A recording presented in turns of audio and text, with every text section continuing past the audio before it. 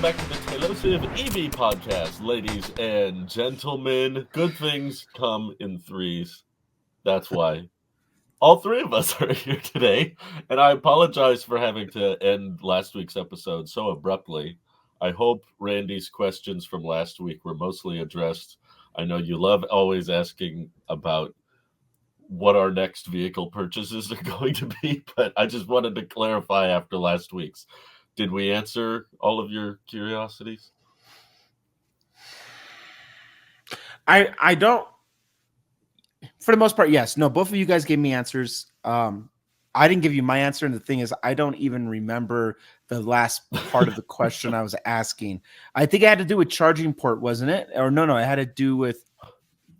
You were talking about supercharging with non-Teslas and membership fees, and there was. I think we talked about Tello versus Aptera, like the charging. No, you're so that it was good memory, good recall. I have to apologize from the offset, everybody listening and watching today, even you, Mike. I am still. I'm a recovering sickie. I'm very lethargic, so you're might see some longer delays in some of my mannerisms, and I'm just getting, I'm doing the best I can here with that. I don't remember the questions, but now that you said it, I do remember the question was non-Tesla charging. Would you where I was more or less getting as where do you see yourself charging, like big picture here with your EVs going forward? If we were all, say, even hypothetically, we're all stepping away from our Teslas for the next vehicle ownership that we would do, whether we still have our Teslas in our lineup, the next vehicle, if it's a non-Tesla, how does that fit in your I almost said ecosystem or your workflow? How does that fit in your style? And where I think I heard, so you both gave me your answers, and I had time to think about that myself. And I think that me wanting to get a Rivian next, I feel that I don't really care as much as I thought I used to care about the network out there, as much as I still want there to be a vibrant network. I trust my habits enough now at doing this for 5 years. I can say that most of my charging is done at the house. So I don't really care what the charging port is. I don't care I don't care about, I'm even going as far, and I used to disagree with you, Drew, but I'm even going as far as leaning more with you on this now. I don't even care about the outlet, like how much power I'm going to get, whether it's a NEMA 225 or bigger, and maybe a 110 is even going to be good enough, because I've been using a 110 exclusively for years. Since I left San Diego, I only had a 110, and I made that work. To be fair, I haven't worked non-remotely since then. All the jobs or anything I did was always in the house by now, but that's kind of my lifestyle now. So I don't know. I don't think I care as much about like what it's looking like out there for different networks. As long as we're just unified, and whether I'm going to pay a membership or not, I don't think I will. I think most of the time it's just going to be done at the house. That's more or less where I think I've come to the realization for me as an EV owner. Most of the time, 90% of the time, I'm charging at the house just out of convenience. And I don't got PG&E anyway, so you guys are getting shafted, and I'm over here like, oh, everything's yeah. So, yeah, that's it. That's to conclude last week's topic. Sounds good. Opening that back up, Randy, I don't know if you caught this as well, Drew, but the Pikes Peak race or International Hill Climb happened not too far from Randy's area. Awesome. And the EVs definitely showed up there. Dude. Oh, man. Okay, so when we concluded, when did we record last week? Was that Wednesday? Thursday? I think it was Wednesday. So I didn't even attempt to fully appreciate the event until I think Friday of last week, where I was trying to buy tickets. And that was a mistake. That was like the last minute, tickets are sold out, and there's a whole thing. I was unaware, even though I knew about it, I was unaware of how big an event this Pikes Peak Hill Climb event thing is. It's the Formula One of equivalent for Colorado, and everybody comes to show up. And these EVs, man, I just to put on some things on the record. The record is still held from 2018 from a Volkswagen ID4. It's a modified one, but it was an EV, and it broke the record in under 8 minutes, like just shy of under 8 minutes. I believe that was the record. Mm-hmm. And so that's the holding title right now since 2018. So it's been 6 years, still haven't been dethroned. But this past weekend, if you're watching on YouTube, you're seeing it. This past weekend, a Ford F-150 Lightning took home the prize. Modified Ford F-150 Lightning. It is modified. It is modified. But what? An EV nonetheless. What I gotta say is, for everything that's been modified, a lot of these races, like a lot of these vehicles are modified. The one that made me just completely fanboy out the hardest, no surprise, is the unmodified R1T in the race, doing its thing. I thought that was so sick. I thought that was so cool.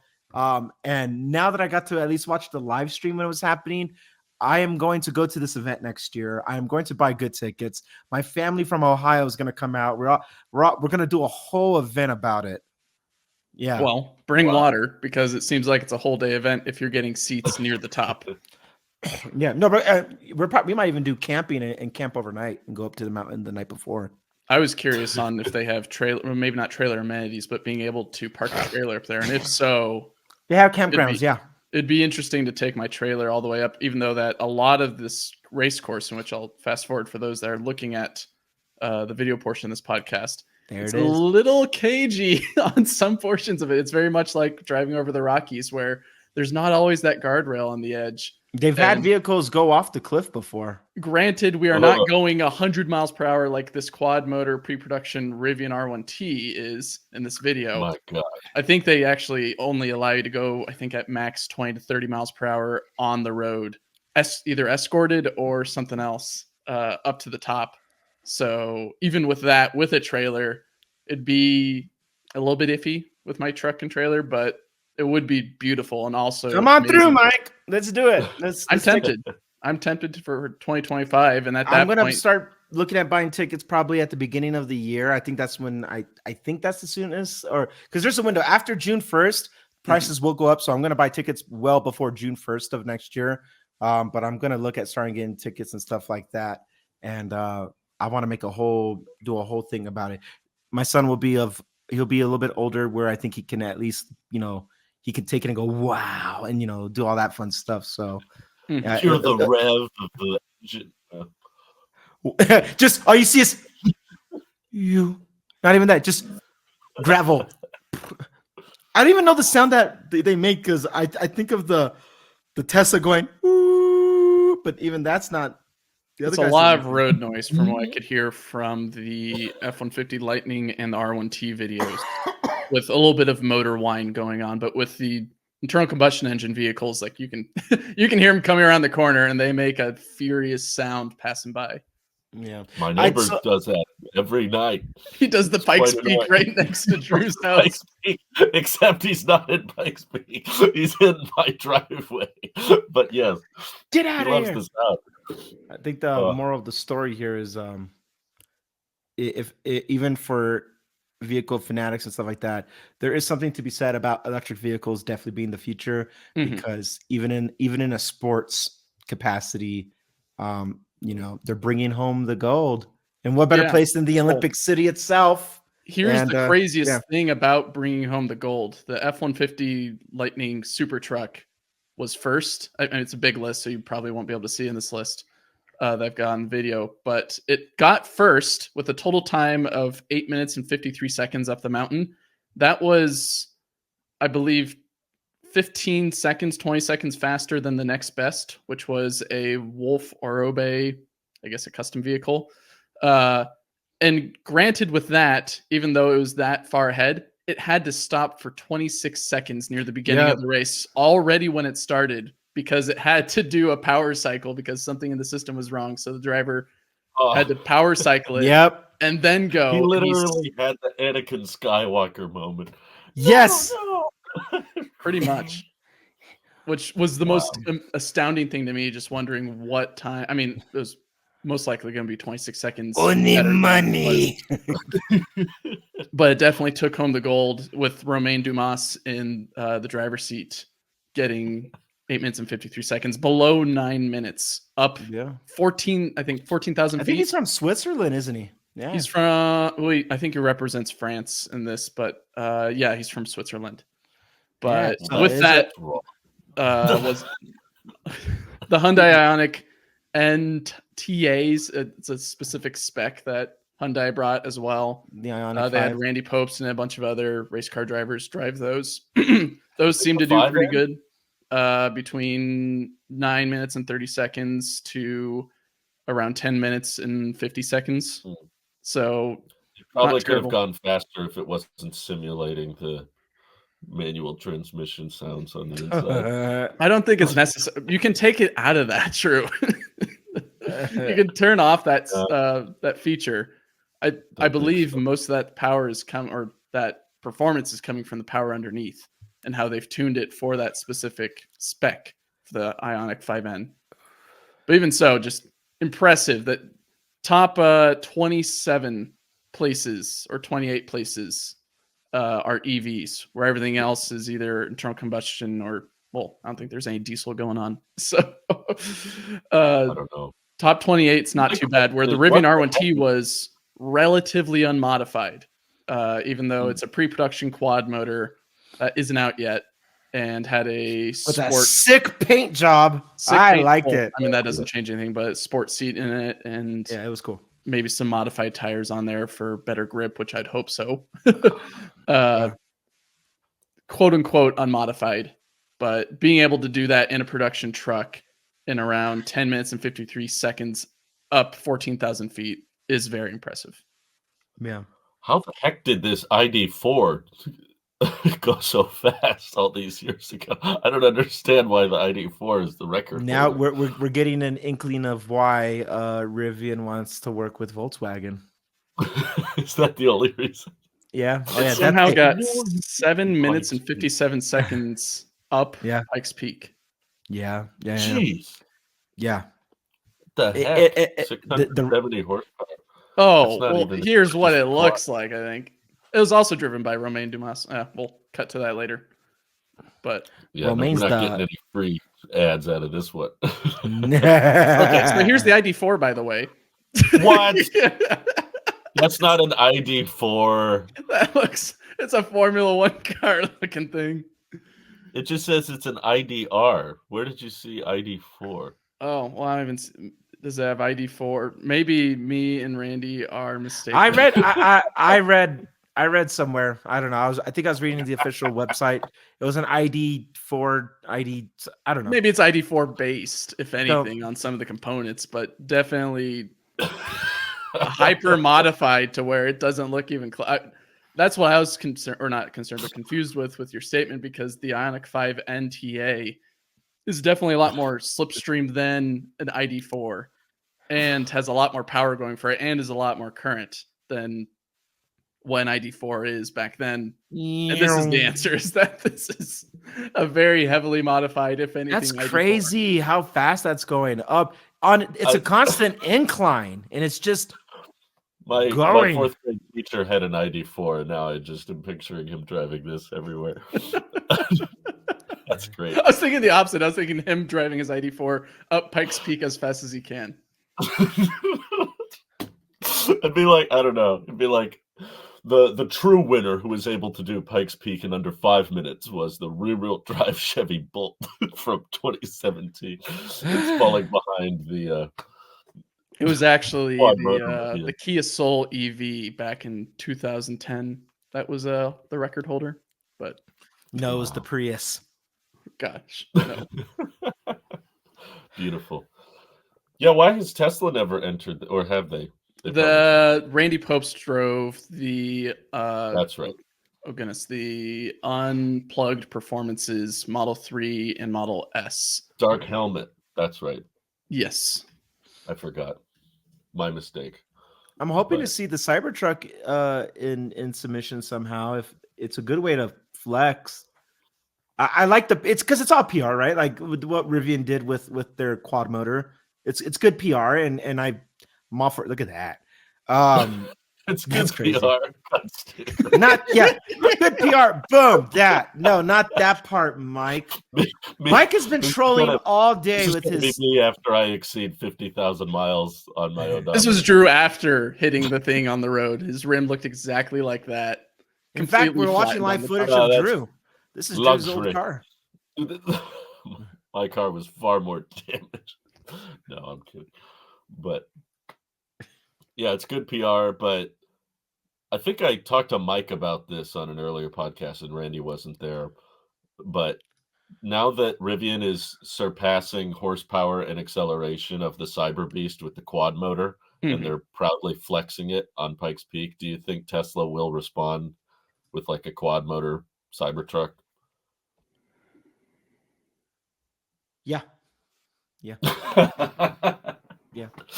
I like the delay. I appreciate the delay. I told you you're going to see a delay in my cognitive I ability. know right you now. warned us, and there it is. But it added to the effect. He had to think about it. He was like, yeah. Yeah. It's the SpongeBob running around in the brain with the files. Take the M's and put them upside down for W's. Like that's what's happening right now. Wow. I was going to say it's probable because Tesla probably doesn't want to lower Cybertruck prices yet. So they will develop whatever they got to develop to justify charging 6 figures for the Cybertruck. They're going to get through this Foundation Series backlog. Be like, okay, it's been a year since we started delivering the Cybertruck, but we've been hard at work on the next gen. Here's the quad motor. It's 150 grand. You all have to buy it again. Get in line. Still doesn't have FSD. Man, can we talk about Tesla for just a quick second? No, we famously don't talk about Tesla on this podcast. No, that's why we need to talk. That's why we need to talk about it. You say one thing in disagreement, all of a sudden, no, you have no right to talk, sell your shares, shut up, and whatever. Like everybody's just. Oh, I agree with them. I do think I'll sell my shares. But oh yeah, actually, I'm getting closer. The number I have a number, and it's getting the gap is narrowing now. I'm like, oh, we're almost there. I will happily take my exit, but the amount of like I've seen this happen in Tesla, Apple. I've seen it happen in personal life. I've seen this statement. This it's the sentence that kind of like either you're trolling or you're disingenuous. I feel it's one or the other. When somebody says to us in general, and I'm going to use the whole contract agreement here, is like it's what you agreed to. It needs to be honored, and it's what's done. It's always the whole like, well, that's the law. Nothing's going to be happening, so shut up. And they don't care. Like of the old package, just to be clear. So it's not. I don't have the whole. It's a deal's a deal. It's like, oh, I didn't agree to that, but I didn't agree to that. Well, a deal's a deal. So the fact that when anybody who goes like this is the agreement, so you have to honor the agreement and don't complain, and that's what it like. And I've seen that about laws. I've seen that about contracts. I've seen that about NDAs specifically. I've seen that happen. That stance on a lot of things, and I think it's the most ridiculous argument to be like, well, that's just the way it is. Like, right, because that's how we've gotten anywhere in the evolution of EVs would not exist if we just stayed with, well, that's just the way it is. EVs would not exist. That's true. If it was just that, we would just have faster horses or whatever the old saying is about Henry Ford. Like the whole like, well, that's just the way it is argument is stupid.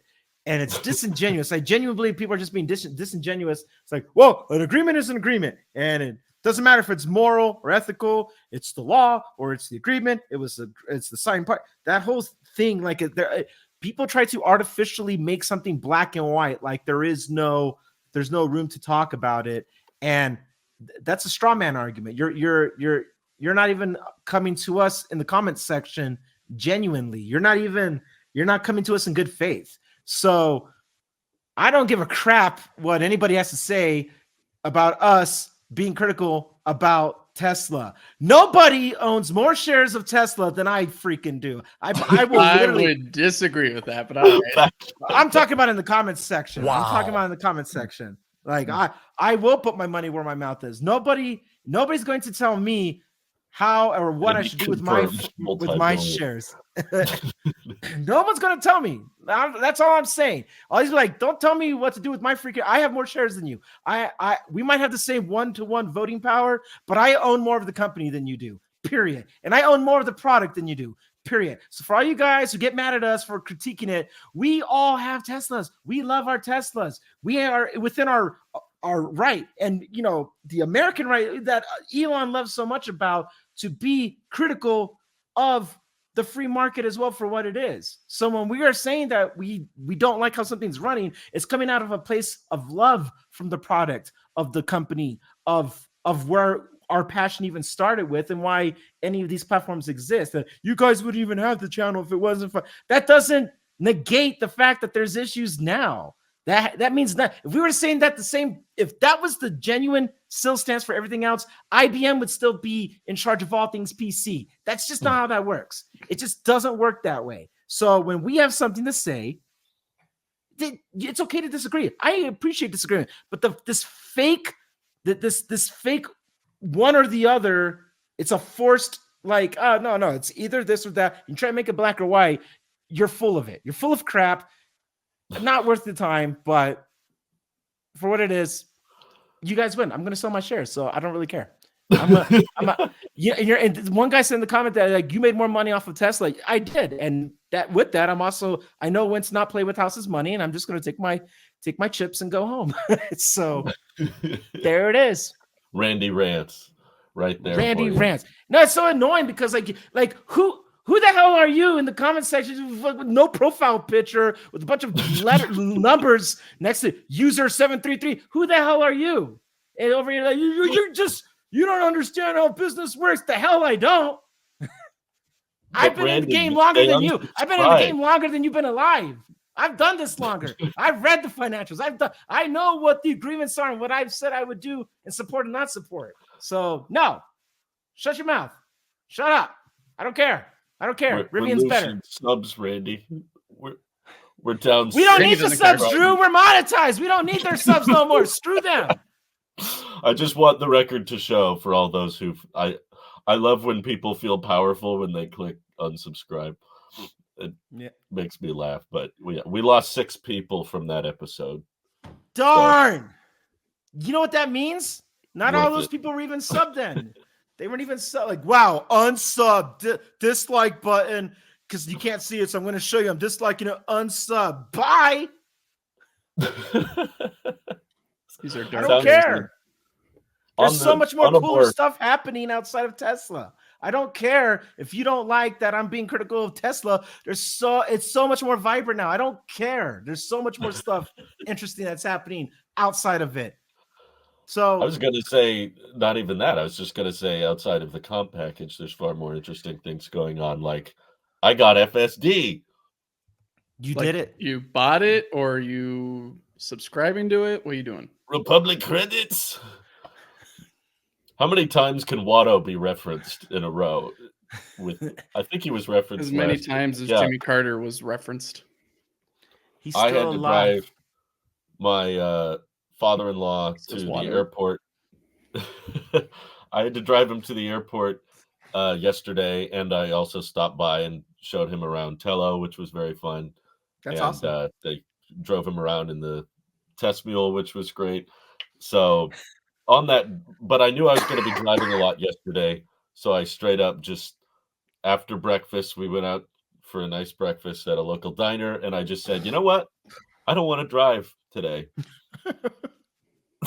That's all. I don't feel like driving.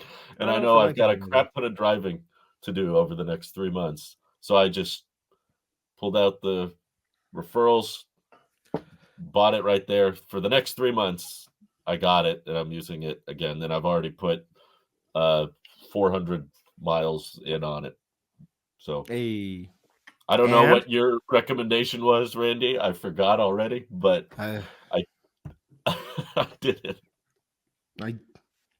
I don't know. I think I told you once I realized that you would have it for the trip out here. I would have been like, oh, just buy it. Just buy it. I remember that. Maybe. Yeah, maybe.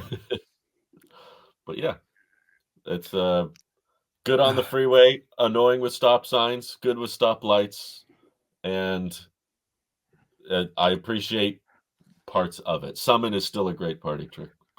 I love Summon. Yeah. That's my favorite useless feature. It's good for if you're trying to get into a spot and you need to maybe inch it forward a little bit because you don't know where to stop in front of you because maybe there's not a wall there and you don't want to run over the parking barrier or something else that kind of defines the lines of it. So having that be able to get out of the car, see what's around, and then be able to just summon it forward or backward is great. Or even just back it out if it's a very tight parking space.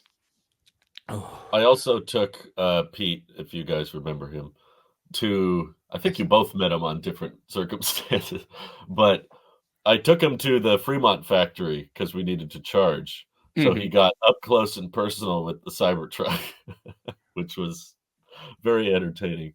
He's his just a fairly. commentary. Go ahead. He has the best commentary. Yes, He has the. and I regret not recording it. I totally should have, but he's very camera shy, I guess you could say. And he just, I was like, hey, well, we're charging. You could go check this out. And he was like, all right. And I lift up the front and he goes, oh, look, this is all made of plastic. And, he starts flexing the hood. And it's like, oh, look, this wasn't attached properly at all. This isn't working. I'll have to go inside and talk to Elon.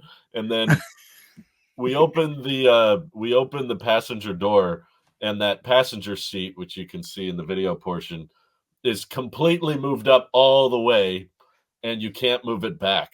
And I don't think it's a software showroom thing because I tried to move it backwards, and you can hear the gears moving. It goes, but the seat itself doesn't move. Oh no! And you can see at the bottom of the photo, the button for the driver has fallen off. Oh no! Surprisingly, though, the tonneau cover still worked fine. It was just the frunk was not bolted down properly, and the seats, I guess, have been abused. But I don't know. The fact that this was a 2024 model, he left his coffee cup right there. That's funny. Took it out here. I know because I threw it out at a gas station on the way home. We had so much crap to clean up. But it was funny getting his impression. We walked inside and he looked at the Tesla bot. You know how they have those little mock-ups in the showrooms? It's behind, a little barrier. You know how they have the little stripe thing? A little guardrail podium thing. The little guardrail. And he just reaches out and grabs its hand and starts shaking the whole thing. And I was like, you're not supposed to touch it. And it's like flexing the whole thing. He's like, oh, this is all made of plastic. This isn't metal. I'm like, don't break it. I said, do you want a picture with it? And he said, no, it might attack me. Dear goodness. Oh my God, that's funny. A lot of fun. Getting Pete's impressions of everything. And I said, well, this truck cost $100,000. He said, I'd be disappointed. While we're on the subject of Cybertruck and hilarious blunders by this product, I found a Cybertruck Aero Rim on the ground. Wow. While I was going to work. Oh my God. Wow. It was just lying on the side of the road, and I picked it up. It was dirty as hell. Wow. I touched it with my bare hands, and it was just nasty. I love how many tabs you have open, by the way. Those are all pictures, by the way. To Chill. give you, I see. I have to ask the question how you stumbled upon this. Like, were you driving to work? I was driving to And work in the you- morning, and on my route, I saw on the side of the road. I think I tweeted this out as well. How did you spot it? It's my It was on question. the side of the road. Okay, so You're I'm at driving this, and you just you. I'm at this What intersection. side of the I'm hubcap stopped. was up? I'm stopped on an intersection, and I see a bit to my left was this rim, but it looked familiar. But I couldn't quite tell at the very beginning that I saw it if it was a Cybertruck Rim or not. Looked at it a little bit longer while the lights red, and finally recognized this is the Cybertruck Rim. Why is it here? I'm looking around. There's no Cybertrucks, and I But think how many rims do you see on the side of the road? Is it a rare occurrence, or were you able to it's not see so that rare rim? on freeways. The rims are sometimes all over the freeways. This is not something new, but Okay, a Cybertruck that's the Arrow Rim is question. definitely new. So I ran out, You could grabbed it, identify and by the that time I from got the car. disconnected from the car, there was no Cybertruck in sight. And I ran out of the car, my car, not a Cybertruck, a Model You Y. pulled over? I was at a stoplight at the intersection. It was on the shoulder, or the left side of the shoulder, the divider. It was on the Oh my divider, god! like pitched up, and pretty much on the side that looks like the side that you're supposed to see. So then I grabbed it, put it in the back of my car right here, and the light turned green, so I had a perfect amount of time. Drove Wow. all the way, the rest of the way to work, and then I did post something on Reddit saying, "Hey, I'll hold on to it for a month or whatever." I deleted that post, but then I made another post later in the day because I thought on it for the rest of the day, thinking it'd be funny if I brought it onto the podcast. But I thought I don't want to haul this very large, dirty thing around. I'll just take it to the Tesla service center nearby. And so on my way back from work, there's a Tesla service center in Santa Clara that I passed by. And so stopped by them, brought it in, told the employee there, "Hey, I found this on the side of the road. I'm sure someone's going to look for this." And he said, "We haven't I wish lost." I could have seen their reaction to that. He was a little bit surprised, but honestly, at the same time, wasn't. It was, "What are you? Are you here for a service visit?"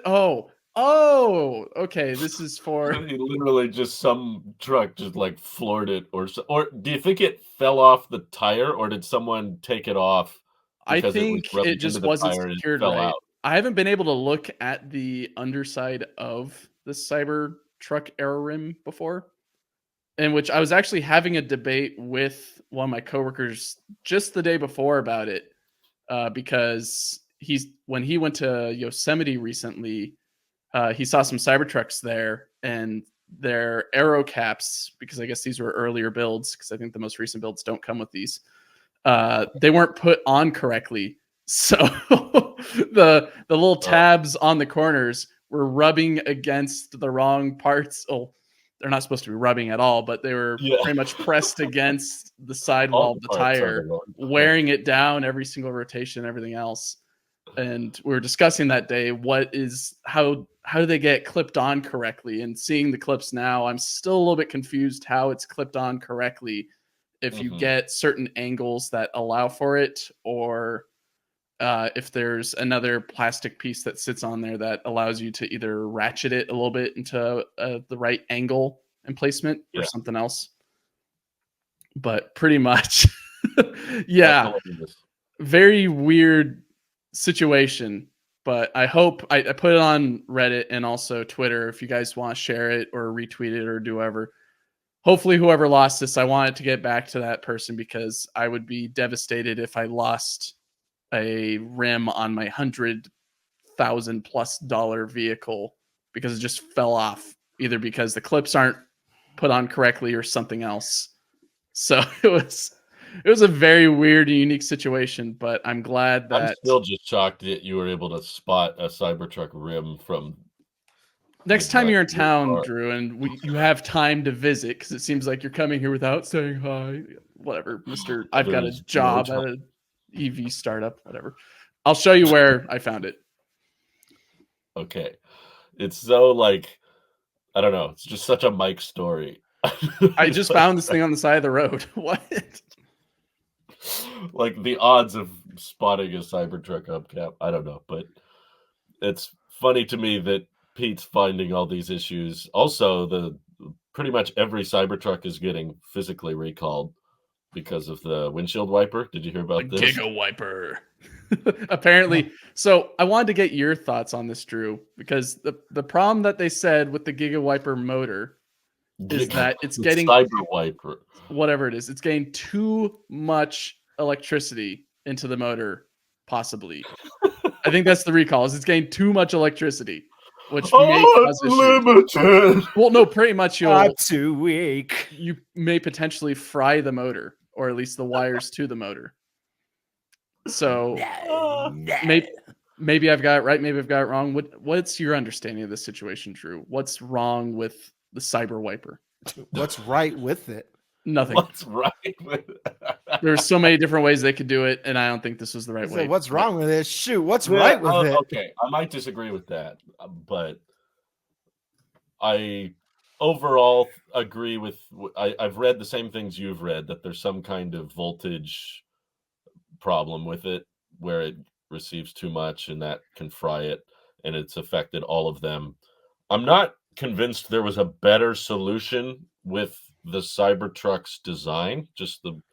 It's very unique is an understatement, honestly, but the unique aspect that affects the wiper so much is the fact that the hood is supposed to be perfectly flush with the windshield, which is very rare in automotive. That's pretty much unheard of. So because of that, it would be much worse aerodynamically and physically. I don't think it'd be great if they just would have gone with traditional wipers down where the hood meets the seam. I know there was talk that they had a more complex, intricate method where the wipers hid underneath the hood, and then when you needed to wipe them, you had to lift up the back of the hood. Wiper comes out to wipe, and that would just eat into front space. It sounds way more complicated. It would be super over-engineered on the hood design. So I get why it would probably look cleaner if you could just completely hide away the blade, but I think that would have probably broken 3 times as much as this design. But aerodynamically, I think that position that you're showing on the screen is perfect. But they've said it themselves. The curvature of the wiper blade mechanism helps with aero efficiency because it makes it more of a curved surface rather than a flat surface. Right. So technically, having 2 cyber wipers on either side would actually yes aerodynamically. But that would be also really atrocious looking. But I guess it's a Cybertruck, so who cares if it's atrocious looking? But I think the main problem, I could be way off on this, is the fact that Tesla's moving to 48 volts, and they're relying more and more on custom in-house design controllers and wiring and parts. And there's a lot of uncharted territory. I've seen far more than one person who had to get their Cybertruck brought into service or completely replaced, like Lamar MK, who used my referral code when he bought his Model Y. That's how I met him. But he's since bought a Cybertruck, and his horror stories with the Cybertruck recall got him into a pretty big YouTube channel. It's not an EV channel, but Drew Gooden did a video that included his story quite a bit when it came, and it was about the low voltage system and the steer-by-wire. So I think there's a lot of very new, ambitious technology they're attempting in the Cybertruck. Yeah. I don't think it's fundamentally flawed and will always be this broken forever. I just think that it's a very, very first-generation product in many ways. And because of that, these new actuators, these new motors, Tesla just wants to use as little off-the-shelf components as possible because they want control. They like vertical integration. And there are perks to that, but I think we're also seeing some of the downsides to that, which is that you have to prototype and you don't find out about a lot of these problems until you build 12,000 of them and start delivering them at scale, because clearly a bunch of people haven't had issues with their Cyber Wiper, which means it's very hard issue to isolate and figure out. This is a type of problem that you only find out once you're several thousand units in, which is kind of inevitable. You can't just get that kind of data from building a few hundred prototypes. It's only into the high volume that you're like, oh, wait a second, that is a problem. We better fix that. But once again, it all comes back to, especially after my experience with Pete checking out the Cybertruck yesterday, this is not $100,000 truck. This is not worth the money, especially to Pete be could have told you that. And I don't think the Foundation series is worth it. And I don't think the Cybertruck is doomed. I still think it's a beautiful product and it catches eyes like no other on the road. And there's a lot of aspects of the Cybertruck I love, like the steer-by-wire and the software, and I love the interior design. There's so much about it that's cool, but I do think it will make a really, really great product when it's in the $60,000-ish, $50,000-ish range. When it starts targeting these lower price points, I think people will put up with a lot of the interior compromises and a lot of the cheapness feel to it. But at this stage, yeah, we got hubcaps flying off. We've got, I know the showroom people are like, well, people use the seats more than usual, but I'm like, yeah, but it was still made this year. Right. So it's also meant to be durable and meant to. Right, exactly. It's meant to be the toughest truck, bulletproof. Right. Oh no! It actually saw more people and more butts and more testing of the parts than it usually does. But wouldn't you take account into that for a lot of the parts? Well, I just think a showroom model, sure, has more seat adjusting than usual. But if that simulates 5 years of seat adjusting, that's still not a great look to know that there's seat motors and stuff that are breaking and falling apart after just 5 years of ownership or something. That would be frustrating. But again, early unit, lots of new high low voltage systems and custom controllers. That's the excuse. Well, it's the reason, in my opinion. Okay. It's not quite an excuse, because that would mean, like, I don't mean to say that makes it okay. I just think it's the poor build quality and all the low voltage systems that go bad we keep hearing about is a side effect. It's a symptom of being really, really ambitious with the hardware. That would be my guess. But what do you guys think? I think corners were cut, as always. Mm-hmm. At what point has Tesla ever really been locked in with their QC. Sorry, QC. Yeah. That's true. I get a pass today. You leave me alone. I was helping you. Okay, sorry. I got there. I'm All right. I'm Winternet. I'm Internet Explorer. Winternet Explorer. I'm just. My brain thought quality assurance. Sure. I mean, I thought. Yeah. Anyway, point is, Same thing. my Mr. Excuses. my thing still stands that I feel. Actually, you kind of explained one part like very well, Drew. It's the big ambitions.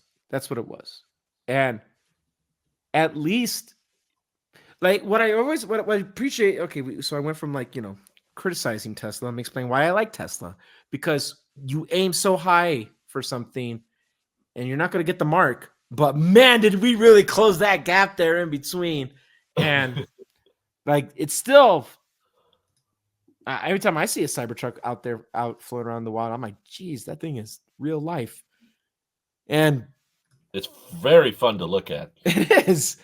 And it's just like anything else, it's a status symbol of sorts, a little bit, like you have to have a certain type of personality to even want to drive or be seen with it and as such. But when it comes to anything, I mean, you Drew have the shortest ownership timeline out of us, and even you have had to take your car in multiple times or had somebody come out to replace something. Like, it's just corners sometimes get cut in a way that and this is not proprietary or exclusive to Tesla. It's just there's such a big spotlight on Tesla, it gets emphasized more. But at the end of the day, it's like, you could spend, at what point is good enough, or when is good enough to just all right, send it out. You got to send it out now, because you can. I trust that maybe at some point when they're not in this weird no. Okay, so My wife hates that photo, by the way. I don't like that. Yeah, it's Look noisy. at all the crap. Look at all the junk. It looked like it was a junkyard. Put in it. That's what my wife said. It looks like the Cybertruck's in it. Oh, there you Yeah, go. it looks a lot better. That's like a lot better. All clean. No, Yeah, never mind. That looks like trash. It's literal trash. I thought I was looking at a landfill. that. I hate it. Randy, it's just a truck. Stop commenting on how it looks.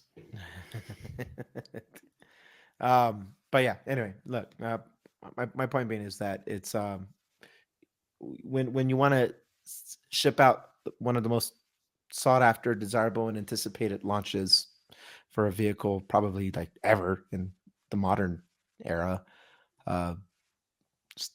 this is still early rollout for all of it. Founder series stuff, right? Like there's going to be bugs, or not bugs, but there's going to be issues. So, corners kind of a little bit get cut, and maybe not even intentional. Not like they're like, nah, screw it, screw them. Let's just give them rusty crap.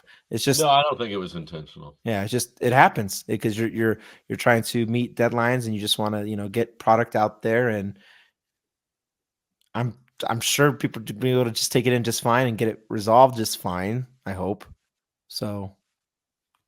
Yeah, it's just Wiper. I'm a little bit worried about, not because I'm not a Cybertruck owner, but I do have a service appointment next week because I'm nearing the end of my warranty. So I'm kind of like, let's patch up every last little thing here.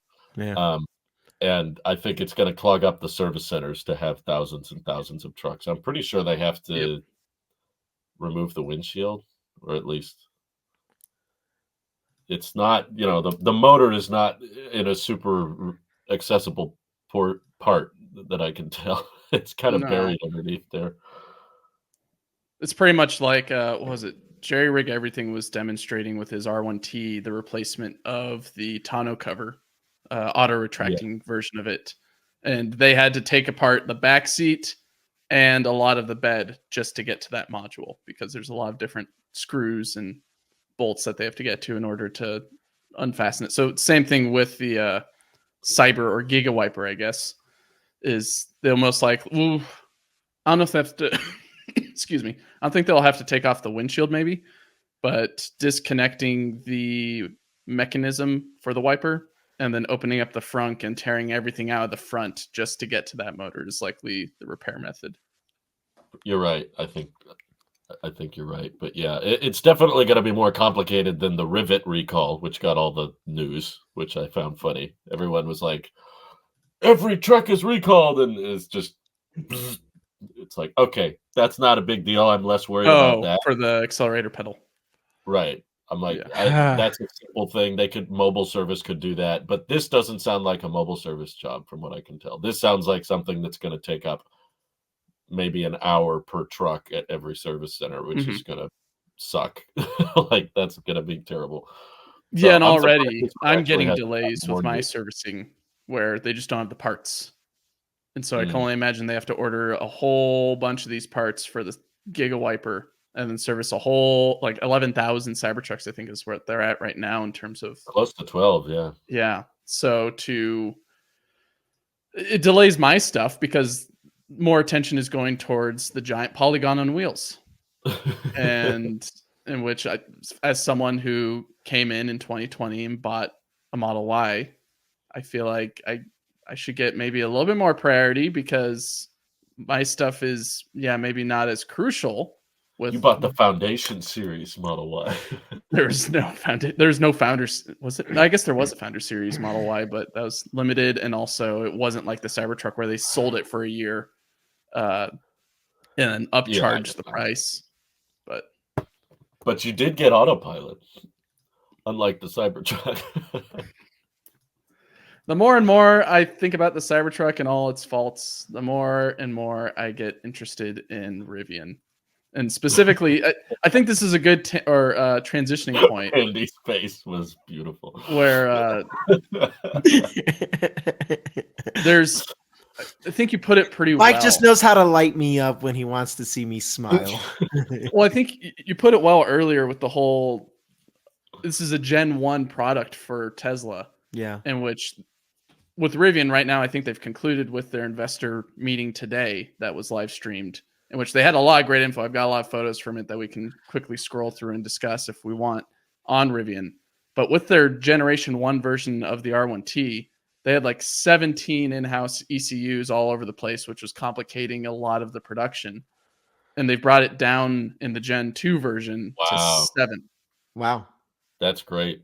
So being able to improve the production of that and Wow. mitigate the amount of issues in production, so that way when it's in use, you're not seeing a lot of these issues of wiper motors failing or tonneau covers failing, Yeah. is the goal. And so I think that's where the Cybertruck will most likely improve over time, is with the Generation 2 version of it, and whether that entails also a quad motor version of it or some other features that are a little bit more ironed out. But some of this improvement that that Rivian was showing is something I think about as well at the Cybertruck, is what will that look like on Tesla's end, because they're known for rapid improvement and They're very good at that. yeah, utilization of new technology into the product without having to stop the production line. They're able to just seamlessly weave it in and weave out the other one, or surgically remove the other one without too much issue. And so for things like Rivian, being able to see a lot of increases in cost reduction, or increases in improvement,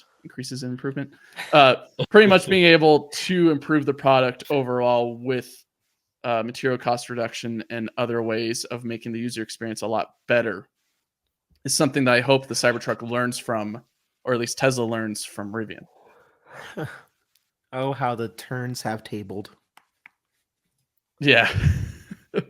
There's a lot of pros and cons to both. Like I still want to remind, like, the side panel that goes all the way to the roof line for servicing on the Rivian is still not great, and their charging is definitely leaving a bit to be desired. But yes, a lot of the changes they've made have been absolutely huge improvements, and I would be very upset personally if I just took delivery of a pre-refresh R1 and then found out Really? about this. Like, yeah, it'd be like I don't know, getting Legacy Model 3 right before the refresh. Yeah. Which is why I think it's in everybody's best interest, sooner rather than later, when wanting to shop for an EV, just buy used, because you already know what you're getting. You understand, you know what that timeline looks like from right there. It's The so hard depreciation is built in. when someone's trying to buy a new EV, everyone's trying to time it. I try to time it. You try to time it. You try to time it. That's both of yous. And we wanted to get the best value bang for our buck. And there's always going to be something right around the corner, like, dang it, maybe if. There's always a maybe if. But you take away that FOMO when you commit to just buying used. You already know, like, well, that's been out. And then even more so, you even have a better understanding of that vehicle's history about, well, we know this is its where it might fall short on this part, or it might be, here's where it shines the brightest here. I don't like this game of, maybe right around the corner it would be a refresh of the new Model Y, so maybe you should wait. Like, no, I don't like that. I don't like feeling that type of pressure. So when you're just buy when you're ready to buy, and the best time to buy is when it's used and it depreciated, and now you're not spending ungodly amount of money. I'm so committed to not really feeling the necessity of having to buy new ever again, really. And I'm talking buying, not gifting, not winning or sweepstakes, none of that. Like, if you're putting your own dollar to something, used is I feel like as has always been, is kind of a way to go. At least now you would be able to have more more context to that vehicle that you're buying for whatever version it may be. And the warranties on used vehicles as well, I don't see them to be terrible. Shoot, correct me, guys. I might be wrong here, but is there not a somewhat still EV tax thing for a used vehicle if you buy? It's not as good. Under 25 grand. It has to be under 25 grand. Okay, so there's still stuff Which is hard there. to find, but it exists. Yeah, it's there. Yeah, that I don't like that. I don't like that pressure of like, ooh, I bought the R1T, but then this new that would. I don't want to make a purchase and then 60 days, 90 days later end up resenting the company. That's going to make that puts a bad taste in your mouth with this vehicle that you just bought. You put tens of thousands of dollars, maybe even close to $100,000 into it, and now you're jaded. It's not good for you. And why that's also an emotional purchase at that point then, because you're becoming a bit irrational with it, or at least emotionally. I feel like a lot of that is taken away from you if you just buy something that's 2 years old. Well, there's a curvature, right? And I know at least on ICE vehicles, there's a curvature. I think like after 2 years, you reach that peak depreciation. It's still new, but I think there's a similar curvature in EVs. I don't know if it's 2 years, but I mean, depending on what that next truck might look like. Oh my God, Drew! First of all, hang on. Put the camera back on us real quick. I laughed so hard when Drew was talking about the Rivians and showing like the future line. Yeah, he already knows that. And they have the little things are draped. And he goes, oh, look, and it even looks like they got a small compact truck that's being. I laughed so hard. I was dying I'm in my bed. Like I was bedridden that day. Okay. I'm coughing up blood. But I was like, I can't not laugh at that. It was. I made Randy cough blood. Yeah. I'm gonna put that on my Twitter bio. There you go. Wear it proud. I laughed so hard at that. Do you guys think well, so two parts and then you do your thing. But firstly, I want to wait. I want to wait until more on the Rivian side. I want to wait until there's more vehicle saturation in their lineup before I really feel like, oh yeah, that's the one I'm going to lock in with. But I don't know what that vehicle is, especially when you see all those draped things. Now I'm like, okay, well now I just want to wait until I see it all, and then I'll make a decision. I don't know, look at that. We still got so much to review. What's the other R1 gonna be? That's the thing. Is that it looks like an SUV. If they're gonna stay true to what the shape looks like under the drape, whatever they're teasing. Well, it's not the same draped image. Actually, I think the top they're all different draped one is the same as the bottom right one. Yeah. Top left and bottom right look very similar. Hang on, I'm so it could just be a generic image, but they could be trying to convey on the R1 platform. We're going to make a smaller SUV looking thing, maybe more crossover-y. That's what I'm kind of getting from it. It's a crossover feel compared to the R1S. It's like a big R13. Yes, sure. R13, whatever that means. Shut up. Rivian's Model X. Yes. That's much better than R13, Randy. What? I meant the R1X. Shut up, Mike. I just threw up in my mouth. I don't want to hear it. Sometimes you make me. No, I'm kidding. Yeah.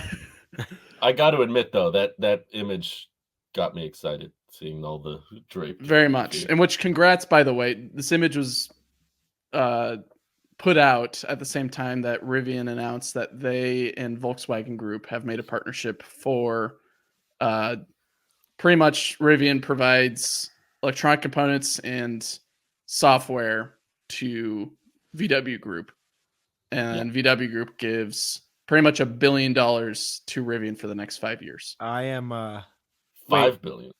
Sorry, 5 billion. What did I say? 1 billion every year, or I think it's 2 billion this year, 2 billion next year, and 1 billion the year after. 5 billion total over the next, I think, 3 years. I'm never gonna hear the end of this. My sister-in-law's fiance is a mechanic for Volkswagen. You guys actually met him at my baby shower.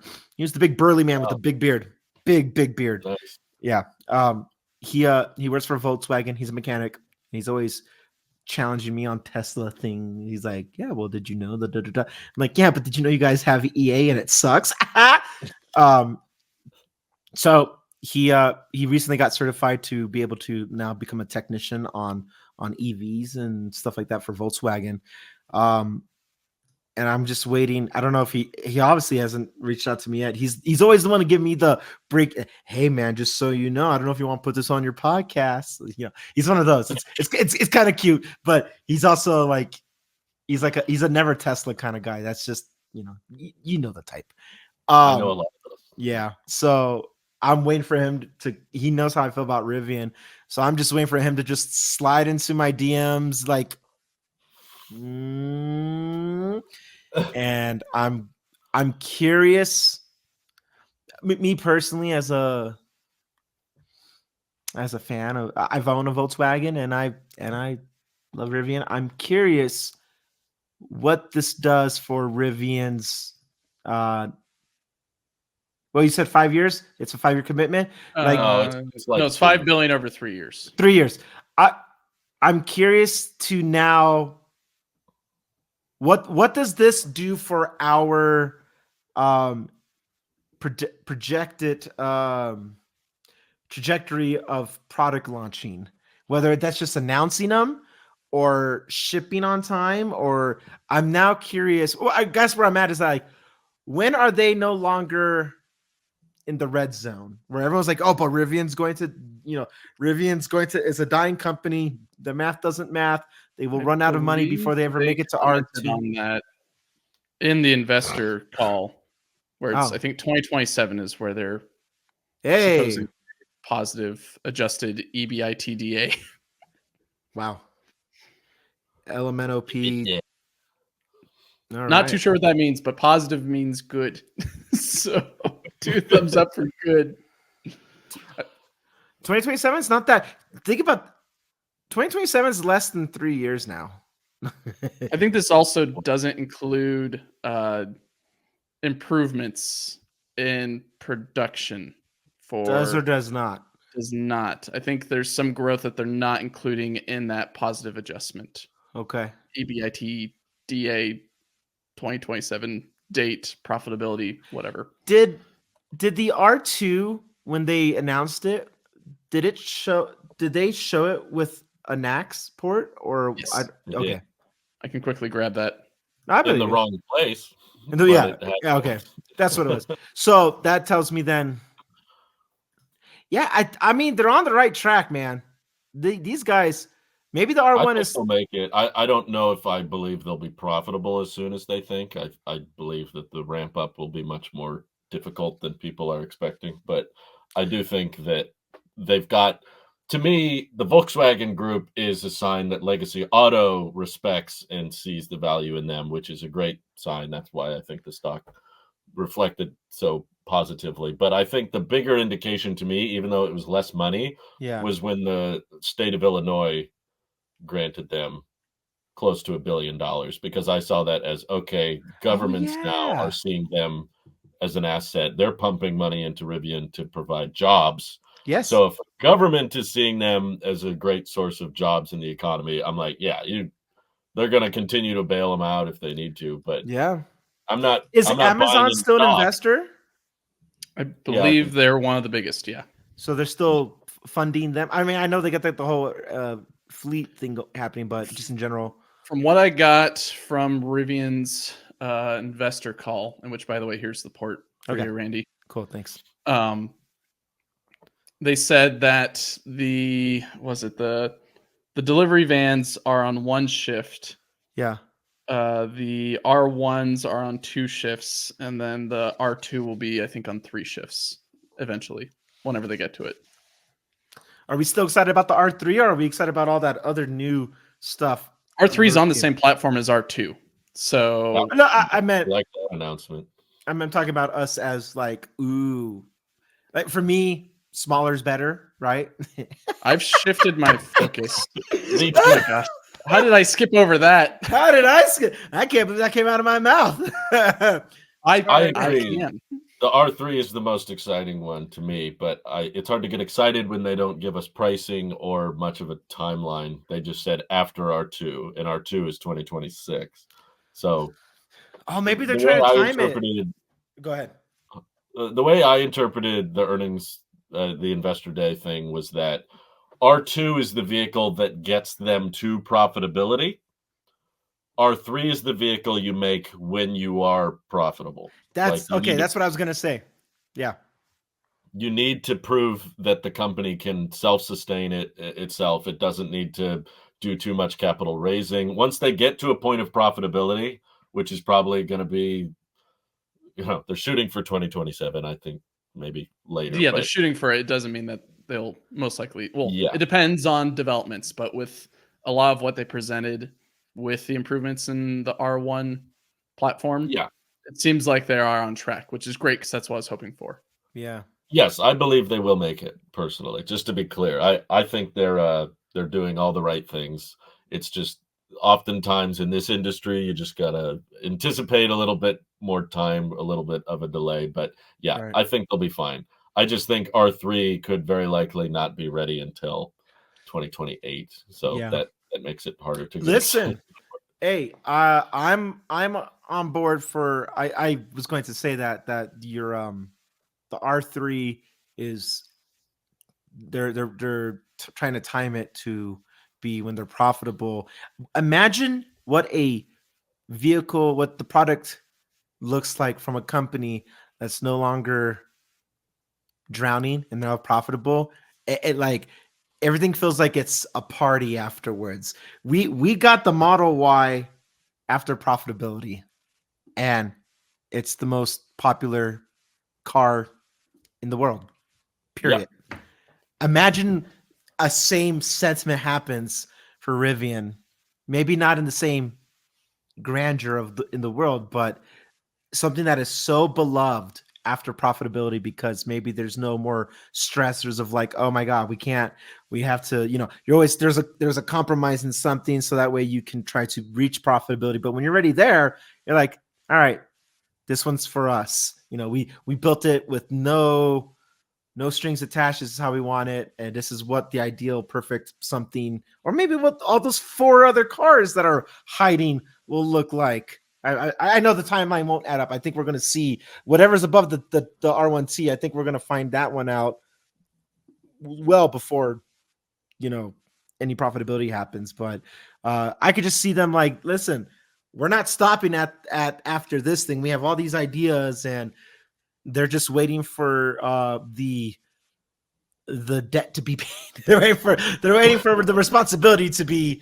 taken care of first, and then once they're coasting and they're able to go into cruise control, so to say, like imagine all the cool stuff that can come out of it. Because if Rivian is to stay on the path that they've been, they are the everything you want from Tesla but aren't type of people. Tesla without the robo-taxi. Except they're getting there. In terms of autonomy, that's what they talked a lot about today in the investor robo-taxi. That's just they're not calling it robo-taxi, but they're calling it autonomy. They even said at one point they don't like calling or saying what's level 2, what's level 3, or whatever. They don't want to get into that because it's too confusing, and they don't want to restrict themselves to that makes them have a level 2 or level 3 system because then they'll just get nitpicked. But even so, when they unveiled the R2, RJ said, they have full intention and plan to get to level 3. I've never seen Rivian spout anything about level 4, level 5, whereas I've heard Elon be talking level 5 for 8 years. So, and here we are still at level 2. We'll be at level 5 at the same time we're going to be on Mars. That's what he said. Yep. I think it'll take longer, but You think we'll be on Mars before level 5? I do. I see a path with today's technology. I can see a path towards man walking or woman walking on Mars. Human. I don't see as easy a path to robotaxis. I genuinely Did I okay, make you jaded, Drew? What? Have I made you jaded? What the hell is even that? A little more green. Daddy, chill. Jaded about robotaxis? Or I think I've talked about this maybe already on the show, at least once or twice when it happened. But I have a very vivid memory of you on this show, and I don't even remember if Mike was with us at this point or not. But you intelligence first. so ecstatic. You're like, dude, autonomy. I can see it. That this is maybe the years. I would say maybe the years 2019, 2020. Let's say 2021, the latest, early 2021. But you were like, dude, yeah, this is it. I can see what they see. I understand it. And I remember coming back from my trip from New York, so it had to have been 2020, and I was like, dude, there's no way in heck that we are robotaxi. I just walked the streets of New York pre-pandemic. There was no, it was 2020, but it was before the COVID. I was like, dude, no way. If like whatever Elon is saying, as if that can maneuver the streets of Manhattan, you have my attention. There is literally no way. I remember saying that, and you were looking at me like, no. You still had, hearts in your eyes. I saw the soul in your eyes. That still. slide. This is the most expensive slide in Tesla's history. I think that JPEG single-handedly. It's even a JPEG. Whatever it is. Single-handedly. I remember I watched Autonomy Day live back in 2019, and I don't think it was you who made me jaded. It was more time because. Oh, yeah, okay, so what I meant is that, like, after I said that, I noticed that after I had made that comment, I compared it to Shanghai or any major city in India, basically where a mass population is. Like, it has some. If it could maneuver that, it's easy to do it on the back roads of the Bay Area, fine, or at the time rural whatever in Virginia. I drove through the Bay Area yesterday, and I had to take over. Jesus, I did too. Jesus. Oh, wait. So that's my point. But I noticed after I had said that, Drew, you slowly you started Jesus in all caps. I just noticed that you started observing Tesla, and you would grab your skeptical sunglasses and you would put them all. And then slightly, I saw you switch out your skeptical sunglasses for doubtful, cynical sunglasses. And you're like, no. And I just noticed that you started to grow your evil mustache with the curl. And I was like, did I do this to him? Was I the first domino? Okay. No, it wasn't. You were making predictions. In my opinion, we didn't have enough data or information to know whether your predictions were that accurate. Rag. You ended up being accurate. Rag. But I'm saying your prediction was you got lucky. Boy, do I get lucky a lot. Wow, Drew. Say. Randy's older and wiser than I am, which just inherently makes him more accurate with his predictions, I think. But man, I am one lucky older guy. I'll just frame it this way. All right. I would find it more hypocritical or insane or bizarre if my opinion on robotaxis didn't change as the timelines and goals were all missed. I would find that bizarre, and I've seen many channels behave that way, where even in 2019, they were like, oh yeah, Tesla's got this figured out. They're going to do it. A million robotaxis, don't bet against Elon. And then the year goes by and it's like, yeah, okay, it took a little longer than we thought, but they got it. They're going to figure it out. AI Day. They're celebrating, they're attracting all this attention to it. Here it comes, AI Day. Okay, now there's AI Day 2. All right, this is it. This is the big one. They've got Dojo. They've got it all figured out. Okay, another year goes by. All right, well, Dojo, when that turns on, that's going to change everything. And then Elon's like, we don't need Dojo. That's not important. We can do it without Dojo. And everyone was like, oh, He's Yeah. playing 4D chess. Brilliant move, 4D chess. sir. Following year, okay, Dojo's on. And then he starts tweeting like 12.4 is 10 times safer than 12.3. It's a monumental. And I watched a panel. I'm not going to say who it was because I like some of the people on it, but I like all the people on it. I just think I disagree fundamentally with. Yeah. But I saw a panel very similar to this one with 3 guys, and several of them were saying like, look, Elon says 12.4 is going to be 10 times. This is it. This is the point where it goes mainstream. This is the point. Like, we've reached the robotaxi code. Now it's going to be so much safer. If Your that's dad's Elon, not coming home. Stop going by the window. Just stop. Just it's it's sad now. Jeez. It's sad. The milk isn't coming. wow. He's not coming home. And then we got new milk. 12.4. So I'm going to try to finish my story. Rivian is our new milk. All right, go ahead. Randy always finds a way to push the boundaries of offensiveness and edgy. He's always exploring new ways. Tesla It's put not an just emoji in their official wording. every week. Yeah. But he finds a new way to break rules. Anyway, 12.4 comes out for the YouTubers, which I still feel icky about. They send it out to a bunch of channels, and several of those channels openly say this is a regression. This is objectively worse than 12.3. It still has the lane drift issues I had to take over here, or AI driver said it's more hesitant here. And these are much more bullish guys than I am, that I'm quoting, that are like, no, they're going to figure it out. Tesla has the data. They have the neural net trade. And I agree. I think Tesla, for a generalized approach, is closer than anyone, but that doesn't necessarily mean it's going to happen. But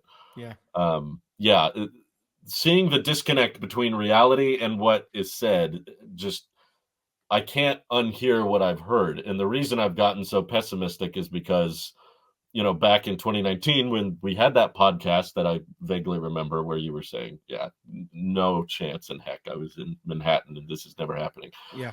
That was back when the bold Elon claims were only a year or two old. And they were putting money, they're selling a software package called full self-driving. And now we feel confident enough we're going to give people demos.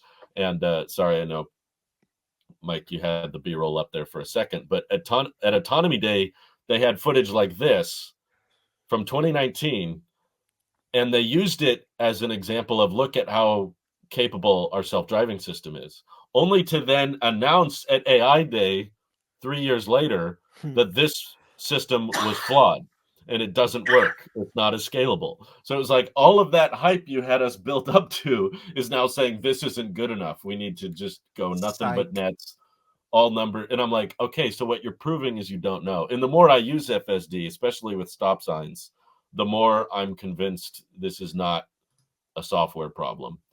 And then especially from several of the lawyer people I've talked to, it's like, well, capability is one thing, legality is a whole different hurdle. So they keep changing their mind on exactly what needs to happen in order to achieve it, but simultaneously insist that they have all the hardware, but then go, wait a minute, that didn't work. We need to try it. We need to try again. We need something else. So it's the consistent missed timelines that make me feel less and less confident. That's what makes me jaded. If it would be more hypocritical for you to just stand your ground knowing that like, oh, it's changed. So if it was hypocritical to just be like, no, it's coming, and that would be disingenuous. Am I hypocritical for being so jaded for so long? No. Okay. I don't think you're hypocritical. Am I being too harsh? I think you'd be being way too harsh if FSD was free. That would be a whole different. The fact that they've charged some people $15,000 for this feature, or encouraged people to add it to their lease options. As soon as you start, I've got no problem with a company having aspirational targets. Yeah. And and being overly ambitious because they know that lights a fire under the software engineers' butts and it gets things moving. I get that. Elon said they expected to do a Crew Dragon mission in 2018. Okay, didn't happen until 2020. All right, that's still pretty cool. That's the fact that we were able to send still happened. astronauts to the space station. It still happened, but he wasn't wasn't trying to sell people on a software package that was thousands and thousands of dollars, and then try to make the software perform better, specifically where the biggest FSD YouTubers are located. Right. Like Chuck Cook turns. They send out more engineers to where the YouTube videos are recorded. And then we read from Walter Isaacson's book that Elon was very, very angry about the performance of FSD in his neighborhood. Yeah. Because it couldn't read the road lines. So the engineers went out and painted the road lines. When you hear stories like that, you have a hard time getting as excited or as hopeful for the future, because it's like, okay, this is just sounding more and more like Elon gets really ambitious and really aggressive occasionally on a project.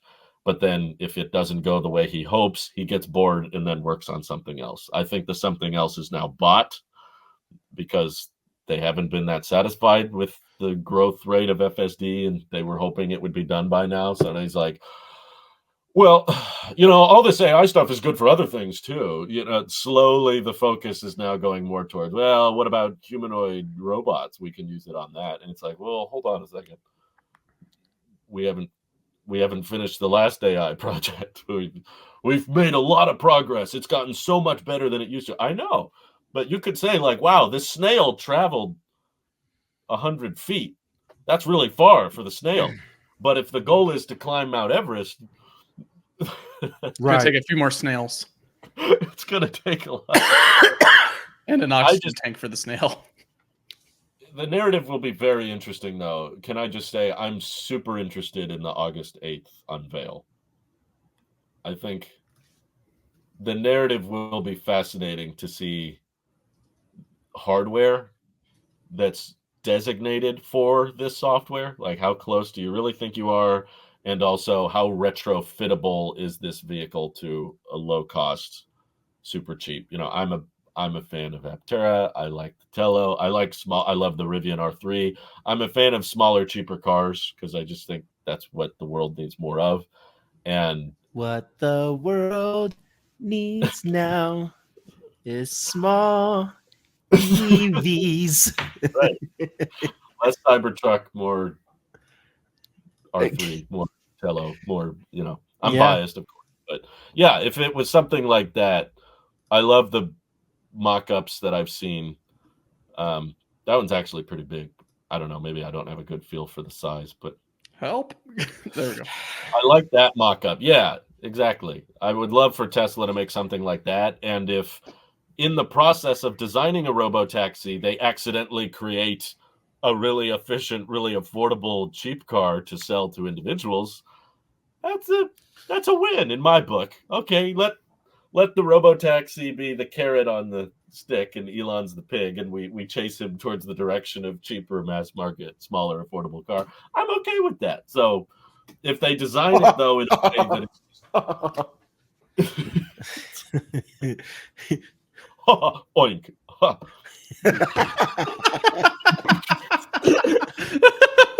I know. You seen those memes from the Tim Dodd interview? No. Maybe. I know the interview. Elon is an amazing guy. I'm just throwing that out there. His body forms into shapes I've never seen. Optimus Prime over here. Anyway, I hope that answered your question, Randy. Yeah. Whatever I don't remember what my question was. The last question I remember asking was, did the R2 have knacks? That's the last genuine. That's the last genuine question I remember asking. Right there. Oh man. Yeah. Is anybody else burning up, man? Like, what's happening? Anywho, Rivian's great. I love what Rivian's doing. Make smaller cars, people. Yeah, a lot of great, promising words to say about the R2 coming up with You pretty know much what my biggest problem with the R2 is? It's not out yet. No, that's the biggest problem with the Tello truck. or the Aptera or the Canoe. Or most. Or full self-drive. The biggest problem to me is that there's no third row option. On the R2, it doesn't need to be a third row. You can get the R2 or the R1S.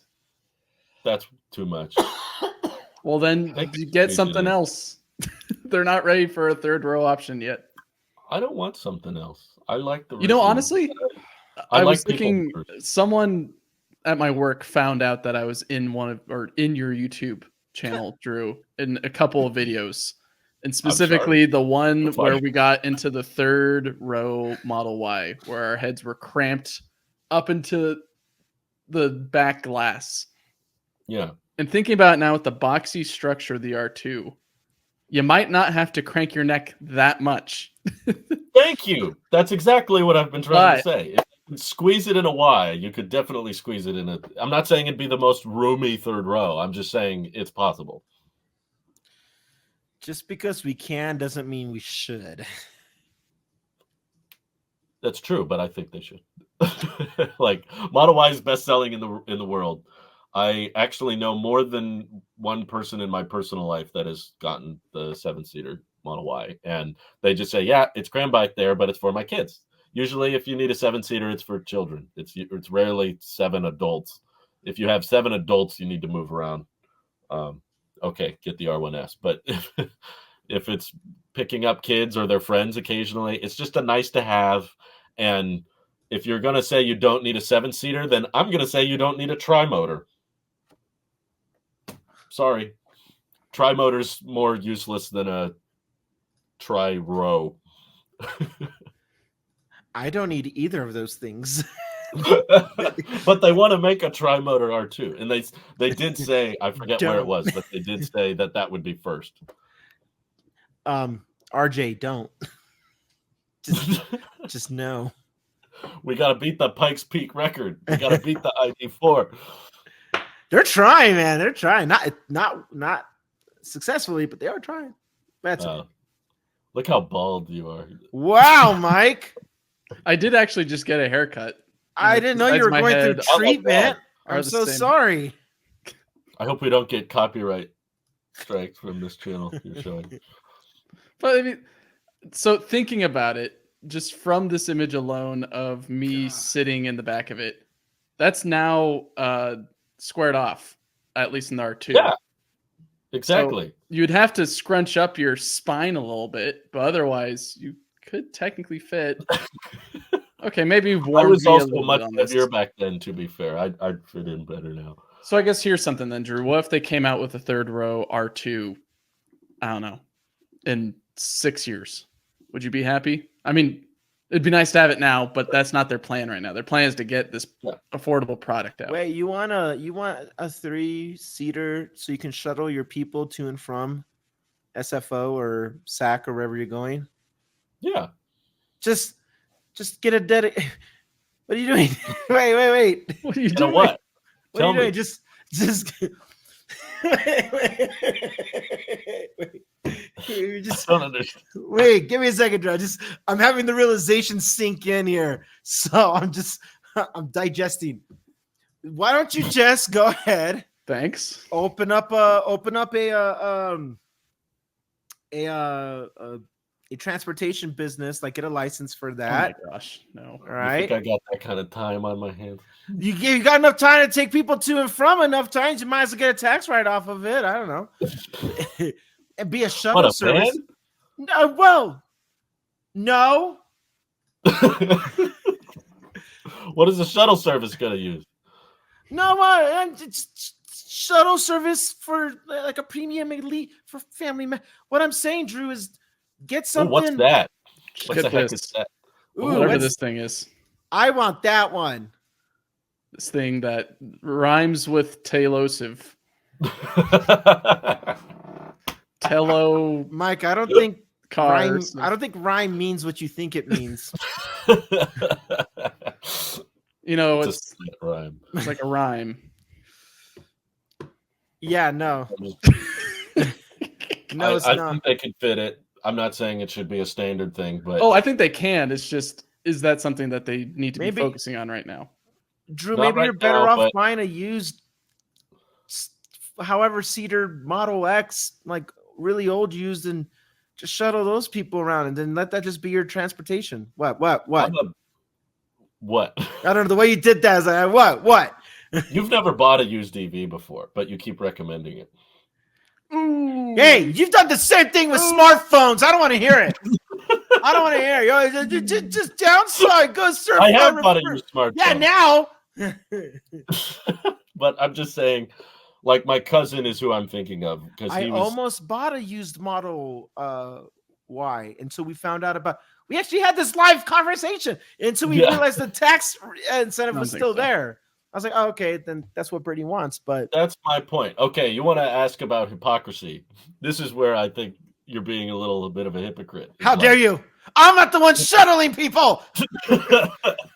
I'm helping I'm you. saying, my cousin, who was in a car crash, God bless him, he was okay, Good. needed to buy a Model Y, and we looked at used ones, and he said they weren't cheap enough after the tax credit, so he's buying new. Oh, And he's excited, he's happy, he's picking it up on Sunday, but like he couldn't find used inventory for much less, and I don't think he was in the wrong. I think he made the right call, considering I think used has to make sense financially. There is a price. Like if you only save $4,000 by buying a used vehicle that's got 30,000 miles on it, and I'm not worried about the battery. That's not what I'm saying. I'm worried about everything else that goes wrong in Teslas, all the build quality stuff and the interior stuff, and knowing that you're that much closer to expiring or getting out of that warranty. Like if buying used saves you $10,000+, that's when to me I'm like, okay, yeah, that's probably worth it. But if it's just a couple grand to go new, I could say, yeah, I guess new isn't that bad an idea. yes, but a used Model X is cheaper than a new Model X, no matter how you cut it. And Yeah, but I wouldn't buy it. We're talking about the R2 here. But I'm talking about if you're trying to get a shuttle thing to take, if all you care about is a third row because you're moving people to and from places, you're going to get an X way quicker, way sooner than you'll get an R2, and it'll be way There's a lot more to cheaper. break on an X. But also, it's used, so you don't really care if you drop it, right? Well, you need the doors to open. Well, yeah, the door will open, but I don't know. I've looked at, and you get your I've looked at- ventilated seats and your tushy feels nice now. Oh man, Let's see 3-row. Specifically, select a 7-seater Model X used, and let me know Right how those now. prices Okay, sorry. Right now, Where's the 7-seater? there? 7 are. seater. Yeah, Do it. Wow. Oh, there we go. 58. Look at that. 60. For a There you go, 29 Drew. Perfect. No, not No, not That is a 6-figure vehicle Great. for almost half. They didn't even charge to 250 kilowatts in 2019. That's okay. You're Drew, you don't shuttling need that. people. You have repeatedly said in your Model 3 it's not necessary. Well, when Yeah, your efficiency Drew. is that low, like the Model X is, It is not necessary, though. You drive already with your Model 3 to the airport and back, and that's got less charging speed than these. Or Thank you, Mike. equivalent. no, Thank you, Mike. those charging curves aren't great. I've seen the 2019 Model. You know X. what is great? Ventilated seats, Falcon doors, That one's previously Helicopter referred view. to. helicopter view, FSD. 3 capable. rows comfortably. Don't bring FSD into this. No, that's honestly not a bad spec, but I'd be worried about replacing things like headlights and Falcon Wing doors out of warranty. Yeah, then why are you Boy. considering a Model X and all this? No, I'm not. I know you guys brought up the Model X. I did not. Randy did. Randy Boy, we're brought just up doing the Model blame game now, aren't we? Huh? X. I'm saying I would rather have a 7-seater R2 than a 2019 Model Why X. not an 7-seater R1 and have more cabin? Money. Okay. Right. I mean, I'm yeah. not that rich. EV9s are cool, but I've seen a lot of those actually. I like the EV9 a lot. It's just the interior is a little bit traditional. It's Okay. a little bit legacy auto for me. So now you care about what the rest of the thing looks like when you're never even going to sit in it. You're going to be the inside is what I'm talking about. I love the outside. What are we talking about? You don't like my suggestion that Rivian should have a 7-seater R2. That's I thought we're talking about because he pulled up Kia. I thought we were talking about Kia. Yeah, you pulled that up at the wrong time, by the way. SUVs. Okay. No, okay. If it's a money thing, all right, fine. Then It's a popular segment. Come on, Legacy Auto. What do I click on here? Honestly, my wife doesn't, but I love minivans, and I wish there was electric minivan option. And the closest thing I found. Drew's gonna be a great mom one day. Oh, he will. Thank you. I take that as a compliment. It is. Because the kids aren't going to slam the doors, nothing. I mean, why can't we have sliding doors on not minivans? How awesome would that be? That's already existing with the ID Buzz. Sliding doors. The ID Buzz is a sliding door non-minivan. And that's why Brittany wants it. And I like it. I know you hate it, but ID Buzz is nope. They could have done better.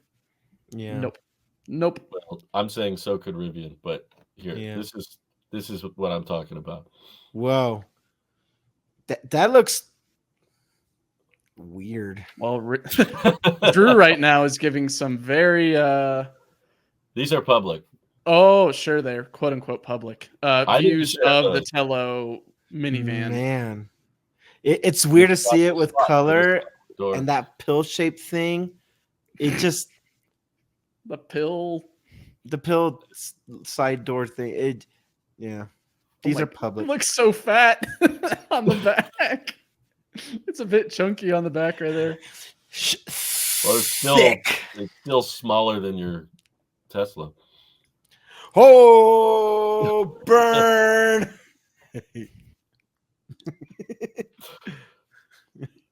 Anyway, which one's out and on the road right now? Not that.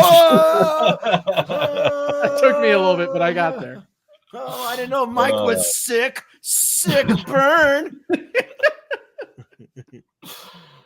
Fair play. All right. We'll catch you next week. I've got a road trip to do tomorrow, so peace. Bye. Bye.